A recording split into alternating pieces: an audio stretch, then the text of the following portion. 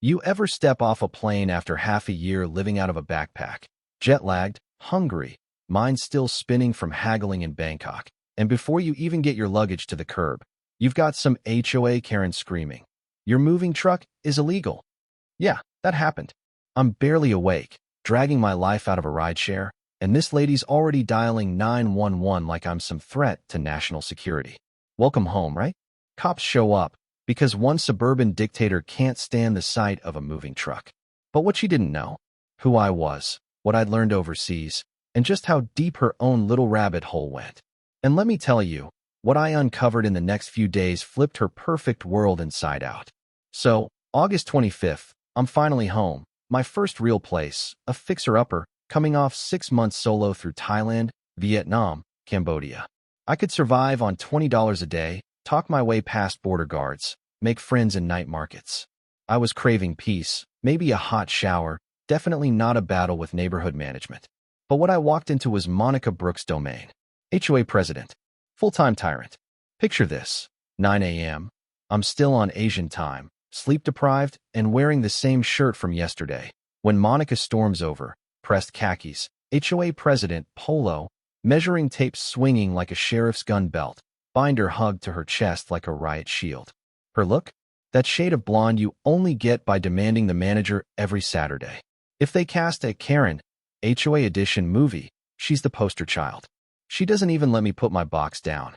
"You're in violation," she barks, binder already flipped open, finger stabbing at some laminated rule. Section 4.7.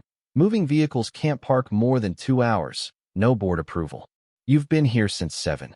I blink, still recalibrating to American aggression. I give her my best travel smile.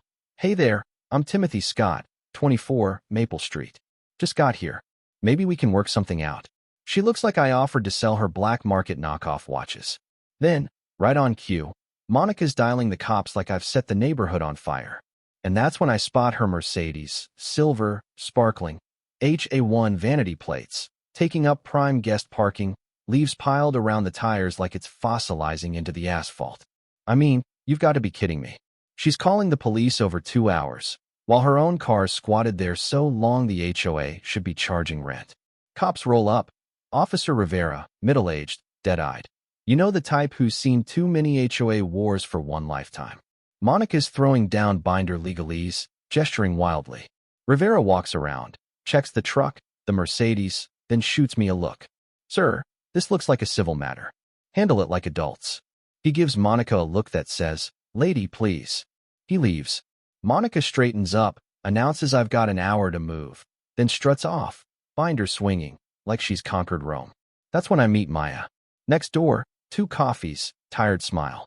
"Welcome to the neighborhood," she says, nodding in Monica's direction. "Sorry about all that." She tells me Monica finds everybody. Wrong flower pot. $150. Wrong shirt. Violation. She got dinged for her work scrubs. Maya's got this warmth, like she survived enough Monica storms to build up immunity. We're talking on the curb when I spot an older guy on his porch, grinning behind a mug of tea like he's watching Netflix. That's Walt. Knows all the stories, Maya whispers. Walt looks like retirement's main character. Garden shirt, cargo shorts, twinkle in his eye. "Welcome to Maple Ridge, son," he calls out. "Hope you like paperwork." Something tells me he's not just another bystander. After Maya heads to her shift, I go meet Walt. The guy's sharper than he lets on. He's got the original HOA handbook. Says Monica's Mercedes hasn't moved in 3 years. And by the way, medical exemptions for visitor parking aren't even in the original rules. Turns out, Monica's been rewriting the book for herself. And Walt? His name's at the bottom of the neighborhood blueprints. He was the developer. You know that feeling when you realize the quiet guy at the party's actually the host? Yeah, that. By that night, I'm poring over both versions of the HOA rules, highlighting Monica's additions. The 2015 rules are simple, clean, but her 2022 masterpiece? A legal minefield, with presidential vehicle allowances and exceptions tailor-made for a certain Mercedes-driving queen. Next morning, Maya shows up with coffee, and we dig in. $8.50 a month for 3 years charged to the community for Monica's HOA vehicle. Over $30,000.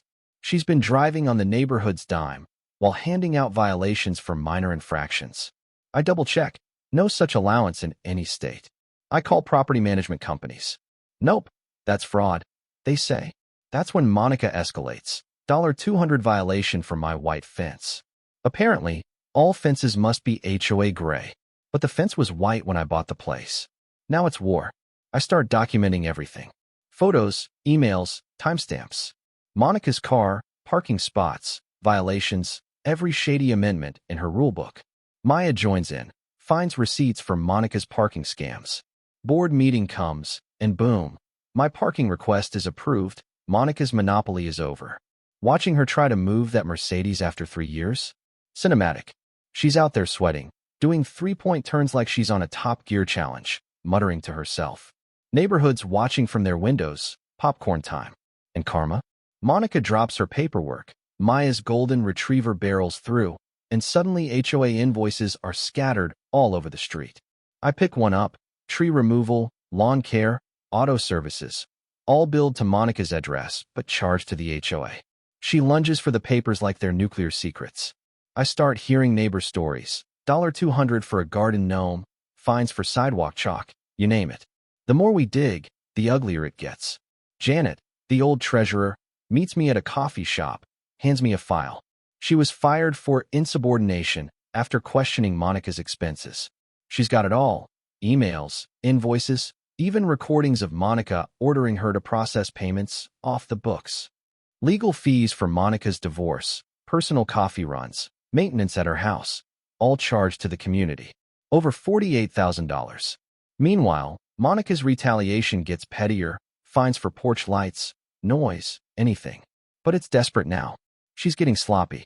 Walt, meanwhile, has the receipts, the development deeds, the right to intervene when property values or resident welfare are threatened. He shows me documents proving Monica manipulated the board election, pushed out anyone who questioned her, and built a fortress of fear. But then comes the twist nobody saw coming. Walt's not just a neighbor. He's the master developer, owner of 85% of the land, with veto power over the HOA. He's been watching Monica, waiting for someone to challenge her. When the big HOA showdown comes, the whole neighborhood packs in. Monica's got binders, PowerPoints, tries to paint me as a threat. I pull out Janet's folder and read Monica's emails: payments to fake companies, manipulation, embezzlement. Maya, EMT certification in hand, destroys Monica's medical exemption story. Walt steps up, drops the bomb. He's terminating Monica's presidency, effective immediately, and filing charges for theft and fraud. Monica collapses, her binder fortress tumbling, neighbors finally breathing free. Someone starts slow clapping. I nearly expect a spotlight. But Walt's not done. Turns out he owns 47 communities and offers me a job as a community relations specialist. He wants me to help clean up other neighborhoods gone rogue. After years of scraping by, suddenly I'm getting paid to take down bullies. A month later, Monica's loading her life into a moving truck. Nobody around to cheer her on. The Mercedes spot? It's now a community garden. Maya's coffee shop is opening next door, funded by recovered HOA funds. 6 months out, I get a letter from a desperate Texas neighborhood. We heard about Monica. Ours is worse. Please help. So, here's my question for you. Ever gone toe-to-toe with a power-hungry neighbor? Or had your private info blasted in public? Where's the line between community and control, justice and revenge? Drop your story in the comments, because around here, the next saga is always just one HOA meeting away. If this saga got your blood pumping, hit that like button and tell me what justice looks like in your neighborhood. I'll catch you next time, where revenge gets served ice cold.